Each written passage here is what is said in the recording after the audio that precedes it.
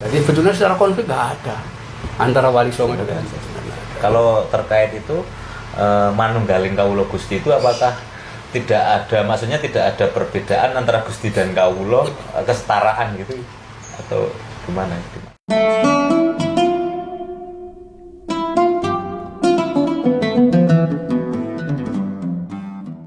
Di dalam Wali Songo itu atau kita juga mengenal yang masih banyak di perjenjangan misteri, yaitu tentang Syekh Siti Jenar. Nah sebenarnya beliau itu siapa dan seperti apa, sehingga namanya itu kan di antara Wali Songo itu mesti orang kalau dengan yang satu ini agak beda, itu seperti apa? Jadi sebetulnya kan begini, kalau kita lihat dari riwayat beliau adalah satu-satunya Wali Songo yang dalam menuntut ilmu itu tinggal 17 tahun di Baghdad. 17 tahun di Baghdad. Ya. Karena itu gelar beliau adalah Syekh. Guru besar kita. Karena memang ilmu agamanya ya luar biasa. Beliau yang kemudian membawa dua torekot ke sini, torekot Satoria dan torekot Akmaliyah. Dan dua-duanya itu merujuk ke Abu Bakar As-Siddiq. Gitu. Karena kalau kita lihat urutannya, Akmaliyah ini ternyata dulu sempalannya Naqsabandi ya. Muncul di situ. Nah itulah yang pertama kali datang ke sini, dan dia orang dari Cirebon. Karena itu cerita Syekh Lemah Abang atau Syekh Siti Jenar ini lebih bagus di Cirebon daripada di Jawa, karena dia memang orang Cirebon. Nah, sebetulnya tidak ada hubungan konflik antara Wali Songo dengan tokoh ini. Seperti dalam film itu ya, ada dalam nggak ada. Antara Sunan Kalijogo versus ada. Karena Sunan Kalijogo itu menantunya kok. Oh malah menantunya. Malah menantunya. Kalau nama aslinya siapa? Syekh Datu Abdul Jalil. Syekh Datu Abdul Jalil. Ya, keluarga dari Malaka. Nah itulah yang kemudian berkembang di Cirebon. Beliau ini yang pertama kali melakukan perubahan sosial.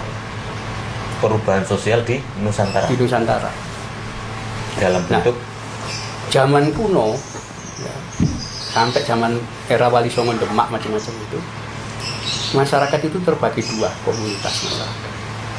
Satu, masyarakat yang tinggal di dalam keraton, itu disebut golongan Gusti.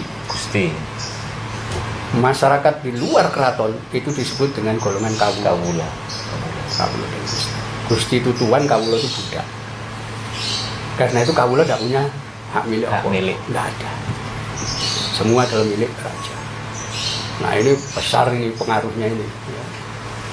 Jadi kita sering dengar cerita-cerita legenda macam-macam itu, ya.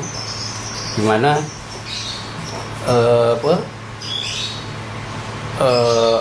ketika orang dari keraton itu berburu atau apa lewat desa, dia lihat ada perempuan cantik, dia ambil. Kenapa? Lu semua kan budak, dia milik raja. Dia tidak peduli anaknya orang atau istrinya orang, dia ambil. Itu masih mending begitu. Orang masih bisa memaklumi. Oh iya kan. Yang sudah susah itu kan gini. Ketika pihak istana, keraton itu membangun bangunan-bangunan besar. Dalam arsitektur tradisional itu ada ketentuan untuk membuat pawadal. Manusia dijadikan tumbal di situ. Di tanah di situ. Anaknya Kawula diambil. Itu didobrak oleh Syekh Datu Abdul Jalil atau dengan cara apa? Beliau pertama kali mendirikan desa Lemah Abang di Cirebon sana. Di mana di dalam pendirian desa itu beliau nyatakan penduduk Lemah Abang bukan Kawula, tapi masyarakat. Dari kata-kata musyawarah, orang yang bekerja sama, sederajat yang bekerja sama. Itu. Dan mereka ada perbedaan dengan Kawula. Apa? Perbedaannya itu dua kosakata yang tidak ada di dalam bahasa lokal kita, tidak ada. Masyarakat itu punya hak dan milik. Hak milik, hak tanah, Hak dan milik, ya hak keluarga, hak agama, hak macam-macam itu dia punya hak dan punya milik. Nah, sementara kawula tidak akan punya. Nah, ini yang ketika berkembang, ya, dari desa lemah apeng banyak. Gitu. Zaman itu ada sekitar, ya, politik itu kerajaan. kerajaan. Bingung itu gimana ini. Ya. Kok mulai ada orang punya hak milik, punya binian. Gitu. Terjadilah konflik, sering konflik.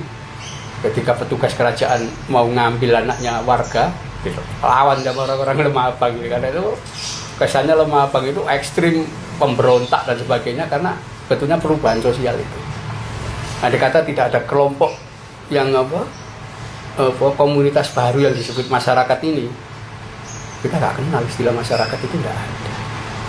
Tetap kawula. Artinya sampai sekarang kita nggak mengenal hak milik. Ya, nah itu konflik yang muncul saat itu. Itu justru Syekh Datuk Kahfi itu yang Iya, perubahan secara radikal. Iya, yang radikal itu. Kita jadi mengenal ada masyarakat, ada rakyat, kata-kata rakyat macam-macam itu dari situ awalnya. Sebelum itu tidak ada. Mungkin karena itu juga ya namanya itu dalam sejarah-sejarah di Loh, yang bikin babat, cerita babat itu kan mung keraton. Ya pasti negatif terhadap orang yang merugikan keraton. Nah, itu konfliknya di situ. Jadi sebetulnya secara konflik nggak ada antara Wali Songo dengan Kalau terkait itu manunggaling kawula Gusti itu apakah tidak ada, maksudnya tidak ada perbedaan antara Gusti dan kawula, kesetaraan gitu atau gimana dimaksud? Sunan Giri itu semua naskah-naskah yang kita kumpulkan. Beliau penganut ajaran manunggaling kawula Gusti sama. Sunan Kalijogo juga sama manunggaling kawula Gusti. Kenapa tidak diganti? Itu amalia ruhani. Amalia Ruhani. Iya, tasawuf. Lah, secara apa? Sosial itu. Diwujudkan dalam bentuk realitas sosial. Bahwa antara kawula dan Gusti sama. Tidak ada Gusti kalau tidak ada kawula. Kan itu ajarannya kan pertama kali wong lemah abang tidak boleh nyembah ratu. Oh, Musyrik ya. iku. Kalau dulu kan ke kerajaan. Oh iya, mundur diri. nyembah. Nyembah. Iya, sujud itu. Yang melawan saya. Senar. Itulah awal-awal. Itulah sampai mereka disebut iki golongane bangsa abangan. Apa? Wong lemah abang pengikuti Syekh lemah abang. Jadi lahirnya abangan itu dari situ. Dari situ. Tapi kalau misalnya tidak ada gerakan itu, orang-orang Islam di pantai utara itu gak mengenal hak milik. Kenapa? Sampai zaman kolonial yang namanya Forsten London, kerajaan Kesultanan Jogja dan Kasunanan Surakarta, nggak ada hak milik. Tetap Gusti dan kawula. Enggak punya hak milik. Jadi orang itu punya tanah, rumah di situ, tapi itu miliknya raja milik semua. raja, milik kerajaan. Itu. Jadi baru ada ordonansi itu tentang pembagian tanah keraton itu ke penduduk itu 1916. 1916. Setelah politik etis berarti. Oh, setelah politik etis. Sebelum itu enggak ada. Ketika Undang-Undang Pokok Agraria itu dibikin oleh Belanda 1870 itu, Belanda juga baru tahu bahwa ternyata orang-orang Jogja dan Surakarta ini nggak punya hak milik atas tanah, atas apa, nggak ada. Kenapa masih ikut lama? Tapi orang Pantura yang ikut gerakan sejak awal itu sudah mengenal hak milik itu, sudah bisa diwariskan, sudah diambil. Berarti sudah jelas ya. Jadi sebenarnya peran Siti Jenar itu malah luar biasa.